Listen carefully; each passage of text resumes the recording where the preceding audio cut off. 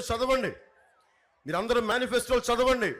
వాట్సాప్లో ఉన్నాయి, పీడిఎఫ్ ఫార్మాట్లో ఉన్నాయి, టీవీలో వస్తున్నాయి, సోషల్ మీడియాలో వస్తున్నాయి. మీరు అన్నీ చదివి మీ బాధ్యతగా నేను చెప్పాల్సింది చెప్పాను. కరెక్ట్గా 11 రోజులు ఉంది. 11 రోజుల 12 రోజులు మీ భవిష్యత్తుని నిర్దేశించుకునే రోజు. ఒక్క ఛాన్స్ ఇచ్చారు జగన్కి, అయిపోయింది, చాలు. ఒక్క ఛాన్స్ అడిగాడు, ఇచ్చేశాం.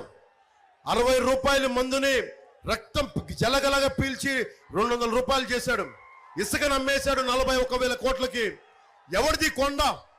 ఆ కనిపించే కొండ ఎవరిది? జగన్దా? ఆ కనిపించే కొండ ఎవరిది? కన్నబాబు రాజు గారిదా? ఎవరిది కొండ? మనది. గాలి, నీరు, నిప్పు, నేల అన్ని అందరికీ చెందినవి. మనందరిది. ఒకరిది కాదు, ఒక ఎమ్మెల్యేది కాదు, ఒక ముఖ్యమంత్రిది కాదు, మనందరిది. మనందరిది. మన హక్కు, మన హక్కు. ఎవరు అన్యాయం చేస్తారు? మనది.